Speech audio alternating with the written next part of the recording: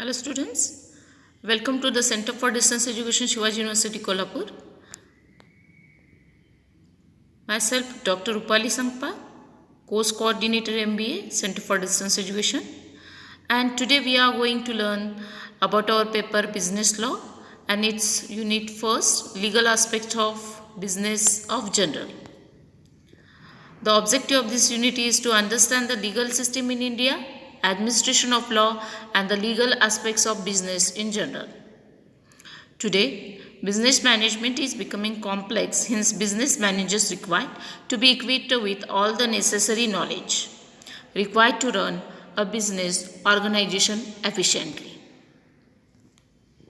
As all of us know that various factors which affect a business, those are socio-cultural, economic, technological and political environment influences the business, and the legal environment has a significant influence on business. Legal environment forms a very important aspect of business, and therefore knowledge of the various laws has become an indispensable part of management studies.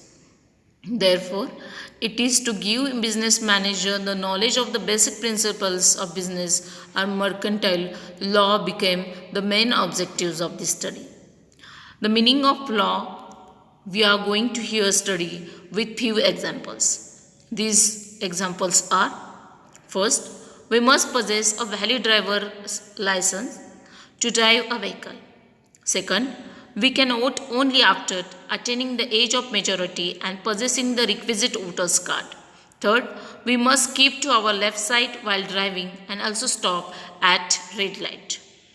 All these are examples of the rules which we as citizens of our country must follow. These rules are made by the state to regulate the behavior or conduct of its people and are equally applicable to one and all. If we break these rules, we have to face the consequence in the form of some penalty, either fine or imprisonment or both.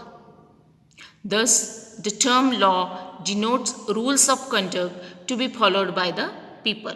Such rules of conduct must, however, govern or regulate human actions and must be enforced by the sovereign political authority, that is the state government. Let's now consider a few definitions given by some eminent jurists.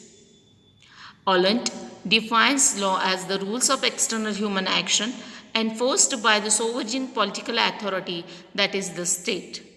Salmond defines law as a body of principles recognized and applied by the state in the administration of justice.